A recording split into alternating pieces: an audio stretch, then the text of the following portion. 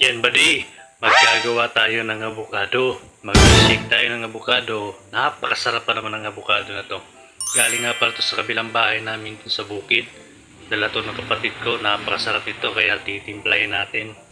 Ito lang isa yung titimplahin ko, gawa ng sob na ako sa isa kasi marami naman siyang laman. Makapal yung laman niya, tingnan nyo buddy yung kapal ng laman no. Kaya pag kumain ka talaga nito, solve ka na sa isa. Sarap pa naman ito buddy pag hinaluan to ng buko at saka yung hinog na saging na latundan. Sobrang sarap. Sa sobrang sarap, pahanap-hanapin mo talaga buddy. Lalagyan na nga natin ng sukal buddy dahil natatakam na ako. Sobrang sarap ng ikain. Alam ko namang masarap to at alam ko na rin natatakam na rin kayo. Masarap din to lagyan ng biskwit buddy, kahit anong biskwit, basta yung biskwit na walang palaman. Yung plain lang ihahalo mo dito, sobrang sarap nun. Ayan buddy, tikman na natin. Sarap.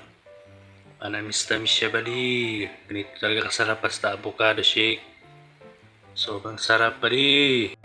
At malinamnam. Talagang nakakaganang kumain. Parang feeling ko pag naubos ko to, pwede na akong di maghapunan.